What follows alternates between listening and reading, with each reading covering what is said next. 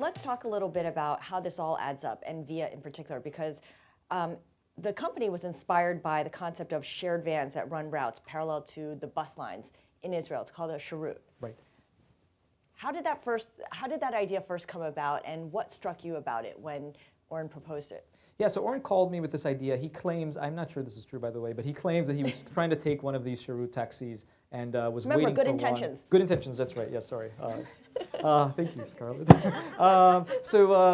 These vans basically run routes, fixed routes. They're not very techy. If you've been in Africa or in Mexico, they have colectivos or matatus, and you have these vans all over the world. Marshutkas in Russia, and we have them in Israel. And you stand on the side of the road, and you basically wait for one to go by, and then you raise your hand, and it stops, and you get in, and you pass your payment in cash up to the front, and the driver passes the change back, and sort of like this very nice system.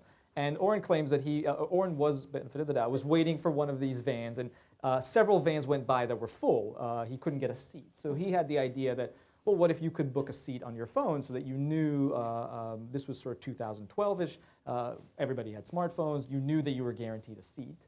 And then he started to think, well, if you could do that and you put in your origin and your destination, then all of a sudden maybe we could start to change the routes because we knew where people were and where they needed to go. So we wouldn't have to kind of stick to the fixed routes. We could just create routes in real time.